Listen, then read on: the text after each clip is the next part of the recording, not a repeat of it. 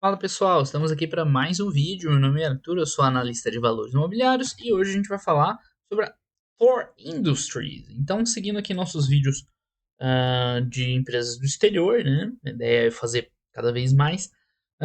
Eu sempre falo para vocês, tem um mix ali entre empresas que a gente já viu, empresas novas, porque no exterior tem muita empresa, então não tem jeito de eu ficar acompanhando todas, né? Sempre vai ter muita empresa diferente que a gente vai pôr no mix.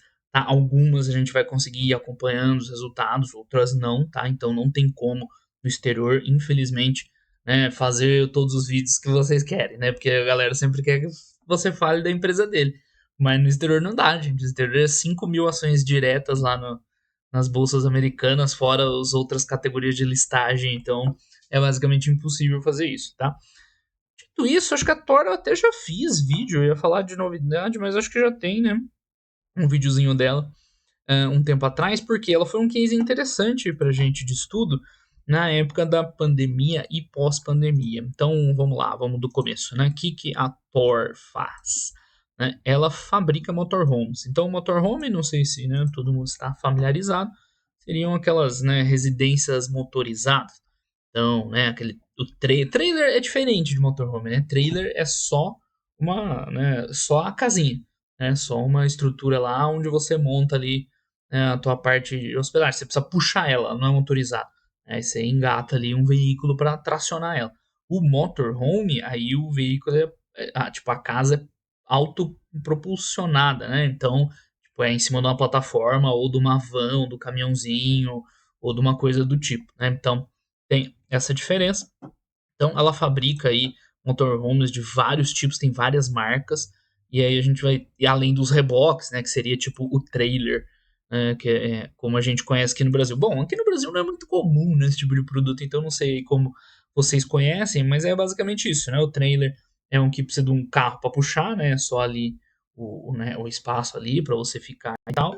Enquanto que o motorhome aí já é uma né, já é tipo em cima de uma plataforma de um veículo, né, um caminhãozinho, uma van, um veículo desse tipo, tá certo? Então, enfim, eles têm 30 marcas, tá? Então é coisa pra caramba. Essa é uma fabricante, né? Ela não é varejista, ela é fabricante e é marca pra caramba, né? Vende produtos pro mundo inteiro. Então, o principal mercado é Estados Unidos, como na maior parte das empresas, mas acaba vendendo produto aí para o mundo inteiro, tá? E, enfim, é bem interessante. O que teve de interessante nela pandemia que eu comentei? Não é uma empresa grande, tá? Para os padrões americanos, 5 bi é até pequeno, falar a verdade, né? Ela tem empresa que vale muito dinheiro.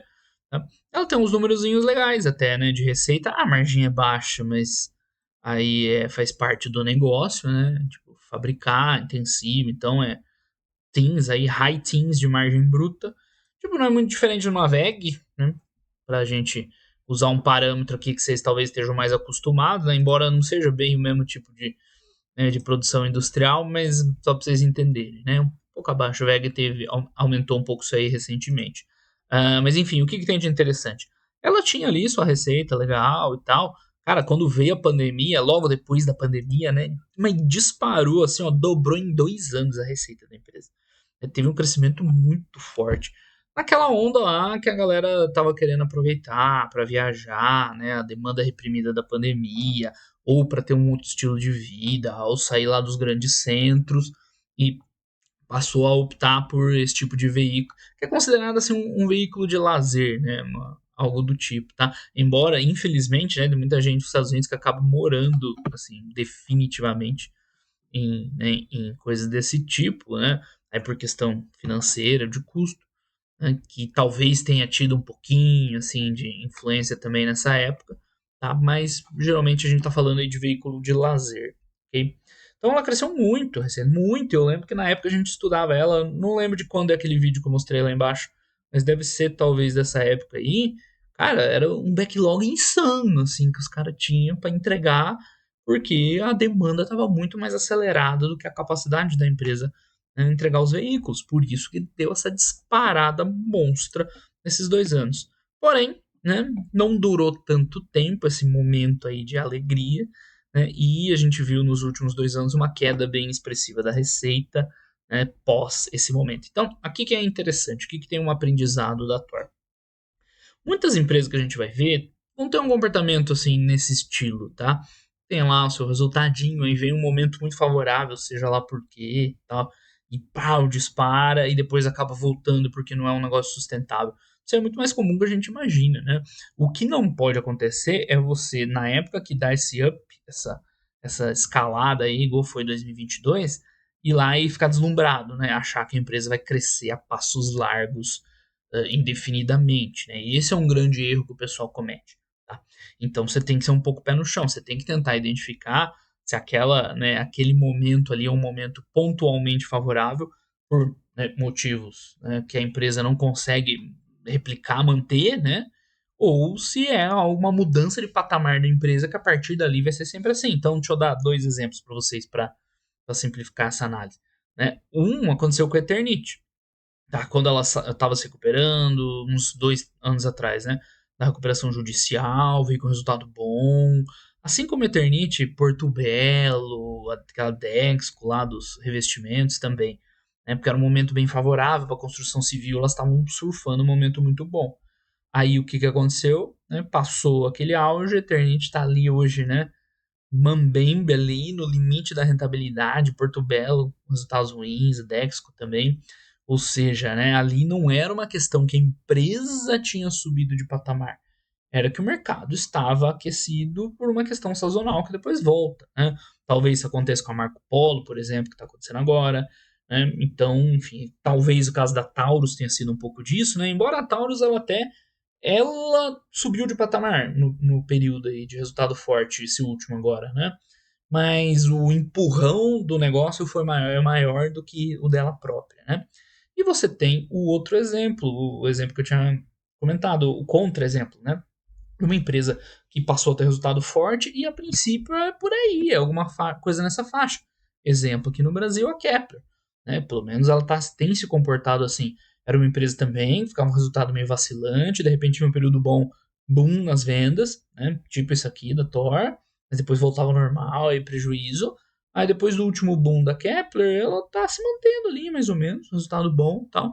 Então talvez a Kepler seja o contra-exemplo. Quando a empresa melhorou, não foi as circunstâncias, vamos ver ainda. Falta um pouco de tempo aí para nos dizer isso, tá? Então, voltando aqui para a Thor, né, eu acho bem interessante esse acompanhamento. Mas olha só o ponto que eu queria destacar aqui. Né, ela teve os seus dias de glória, 2022, e voltou. Só que olha o patamar que ela voltou. Não é que ela zerou, ela voltou a receita 5, 6, 7 bi. Ela voltou para 10, né? O lucro bruto, né? Acima do que estava anteriormente, a receita acima do que estava anteriormente, um EBITDA bem acima ali de 2020. Tudo bem, a EBITDA ela chegou a ter alguns anos ali de EBITDA nessa faixa. Né? Então, o ponto-chave aqui é que, mesmo ela, né, tendo esses altos e baixos, ela ainda se segura. Agora, esse baixo não é um baixo horrível. Né? Não é um baixo igual os exemplos que eu dei ali, da Kepler do passado, da Eternity, sobrevivendo, né, da Taurus. Ainda é um baixo bom, né? Não um baixo decente, bons números, tá? Não é nem de perto que chegou nesse período aqui, mas é interessante, a empresa tá lá tranquila, não tem uma dívida grande, né? Gera bastante caixa, não tem tanta necessidade de capex, gera um fluxo de caixa livre legal. Quando essa empresa, né, teve o boom lá, fez bastante recompra. É interessante você ver, né, a visão da empresa de longo prazo, aproveitar o momento para recomprar. Né? Então é uma empresa legalzinha, né? Talvez não tenha a performance que, né, apontou ali no pós-pandemia, mas está longe de ser ruim os resultados. Além disso, temos KPIs, né? Tem os KPIs da Tora aí que são interessantes também. Aqui ela tem, né, bastante coisa, né? A gente vê isso aqui antes, ou ver o resultado antes. Não, vamos ver aqui, né? Já que eu estou explicando do negócio aqui, antes de ver a apresentação, né? Então, o que, que ela tem de KPI? O backlog, que são os pedidos que foram feitos que ela ainda não entregou e não vendeu. Então, aqui cabe uma análise bem legal, porque naquele auge ali, 2021, que começou até 2022, lembra, a empresa vendeu pra caramba. Vamos voltar aqui e ver a receita. Ela saiu ali de 2020 normal para aumentou 50% aqui e mais 50% aqui, né, 21 e 22. Então, olha como o backlog se comportou nesse período. né? Ele disparou em 2021. Então, o que a gente vê? Ela teve um aumento de demanda assim, em 2021, repentino, muito forte. Tão forte que ele respingou em 2022, porque 2022 voltou a ter uma carteira de pedidos, né, mais normal, vamos dizer assim. E depois, né, agora está normalizando de vez. Tá? Então, guarda essa informação aqui, né?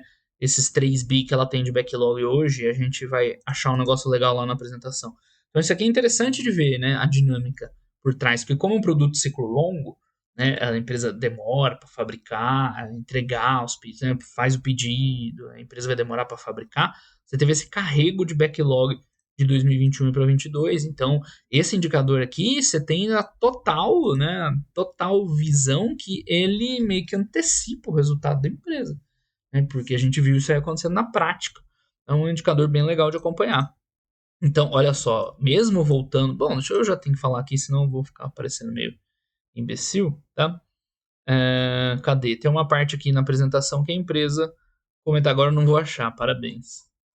Mas que ela comenta exatamente isso, que hoje ela equilibrou a questão de fabricação e venda, ou seja, ela está fabricando a quantidade que está vendendo de veículos. Isso está escrito em algum lugar e eu esqueci onde está, sinceramente. Ó, né? Gestão disciplinada do nível de produção e dos níveis de estoque, ou seja, hoje é isso, né? Ela está produzindo o que ela está vendendo, mais ou menos. E você vê que é um número bom, tá? 3,3 bi é maior que qualquer ano aqui pré-pandemia. Então, aquilo que eu estava falando, ela foi, subiu, teve dias de glória, voltou ao normal, mas é um normal melhor que o normal do passado, né? Então, isso é interessante. O que mais que tem aqui, né? Aqui a tradução ficou enviadas, é estranho, né? Mas é né? Shipments, que seria basicamente a concretização da venda, né? Quando eles terminarem de fabricar e mandam para os clientes deles, que são os dealers, né? Os varejistas, né? O cara da loja de RV. Entendeu? Então, quando tá shipment, é quando eles concluíram a fabricação, mandaram e vão faturar pro cara, tá? Então, leia isso, né? Esse enviados fica estranho. Aí aqui vai ter os números por região, né? Então, aqui tem os veículos rebocados, né? Que é o trailer lá. Não sei nem se trailer é o melhor nome. Esse sim deu uma caída boa, assim. Né? Vai, tá ok, assim, com aquele período pré-pandemia. Aí os veículos motorizados. A gente tá falando América do Norte, tá?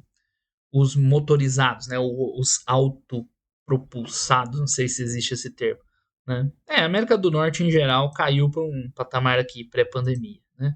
E backlog total aqui da América do Norte também ali, né, na faixa. Olha o backlog que teve em 2021, cara. Insano. Insano o movimento desse da empresa. Né? Voltou para 1 bi e pouco, que é o que eles normalmente têm. Né? Agora, o que é interessante? O de veículos europeus ainda está no backlog alto, ou seja, eles têm uma região que está forte, assim, ainda está bem forte os pedidos. Pode ser interessante. Aí aqui a gente tem os shipments, né? Os tipos seriam os faturados para a América do Norte, entre rebocados, motorizados, totais e os europeus, né? Então você vê que na Europa basicamente não caiu, tá? Caiu muito pouquinho, perto do auge lá. Então tem um mercado forte aquecido, claro, um mercado menor que o. Deixa eu ver. Vocês estão vendo isso aqui? Ainda tá bem atrás de mim, desculpa aí, pessoal. Deixa eu ver. Enquanto eu não tenho um jeito melhor, eu vou sair da frente, literalmente. Peraí. Sair aqui. Pronto. Aí, enfim. Então, aqui onde eu estava, né, vocês estão só ouvindo minha voz, você vê que os veículos, né, os shipments, que é muito próximo do faturamento, a unidade de veículos, né, não em dinheiro, quase no mesmo nível que aquele auge. Então você tem uma região forte, que é a Europa ainda, que hoje é bem menor ainda que a América do Norte, mas que se continuar, né, em números bons, daqui a pouco dá uma equilibrada e dá uma balanceada, né, com os Estados Unidos. Então, bem interessante os KPIs aqui. Visto tudo isso, vamos dar uma olhada aqui na apresentação, que eu já meio que abri aqui, já me enrolei, mas enfim. Vamos lá dar uma olhadinha aí na apresentação da Thor Industries. Olha lá, né? Esse é um trailer. Ou um rebocado, né? Ou seja, então você vê, ele não tem motor, ele não tem direção, ele tem um conectorzinho ali para você conectar no veículo e puxar ele. Tá? Bem bonito esse, inclusive. É na beira de um lago, tá? Ela também fechou o ano, tá? 2024, então ela divulgou o resultado do ano fechado agora, né? Recém, semana passada, eu acho que foi divulgado. Então as vendas foram de 10 bi. A gente já viu que ela chegou a vender 16 bi naquele auge, mas enfim, ainda é um número bom perto do passado da empresa, o quantos eles shipments, né? Quantos eles despacharam. A margem é apertada, é a vida, né? Fazer o quê? Faz parte do negócio. Aqui onde eles têm a distribuição, tem mais de 3.500 dealers, né? Tipo uma concessionária aí de trailer que vende, gerando caixa. Eles fabricam em 6 países, né? Bem complexo essa cadeia logística deles. Olha lá um trailerzinho, que da hora. Aqui tem 2 trailers, né? O outro aqui atrás dos números não dá pra ver direito.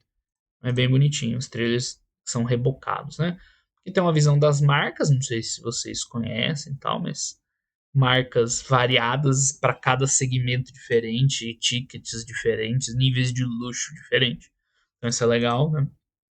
Tem cerca de 30 marcas. Que a gente meio que. Ah, não tinha mostrado lá no Fundamentei, né? Tem aqui, se vocês quiserem ver as receitas por país, né? Dá pra ver a mesma coisa, né? Estados Unidos e países onde tem uma cultura bem forte aí do trailer, né? Alemanha, Canadá, Reino Unido, França. Né? Já viajei de trailer nos Estados Unidos, na Austrália, Nova Zelândia, que é bem legal, só que lá deve ser bem menor. Né? Não sei se eles vendem lá também. Mas enfim, esse gráfico aí do Fundamentei é basicamente esse aqui, né? Na verdade, acho que eles não vendem muito na Oceania. Aí, um pouco sobre né, os tipos de produto entre os trailers e 5 rodas e motor caravan, aí camper van. Aí eu vou ficar devendo para vocês os detalhes. Inclusive, quando eu andei lá, eu nem sabia direito. Na hora que eu tinha que registrar lá qual que era o meu modelo, eu botava só lá o número lá e dane. Mas aí tem os menorzinhos, maiorzinhos, enfim. Né? Aí eu vou ficar devendo para vocês como é que é cada um, cada um. Mas você vê vendendo bastante, né, na Europa, aquilo que a gente tinha comentado. Os números, acho que não tem muito mais o que falar, né? A gente já viu. A empresa, ainda, além de tudo, ainda está com a margem bruta meio apertadinha, né? No passado foi baixo também, mas ainda assim ela consegue gerar caixa nesse período. Você vê, ela é uma empresa de quantos bi de dólares? É pouco, 5 bi de dólares.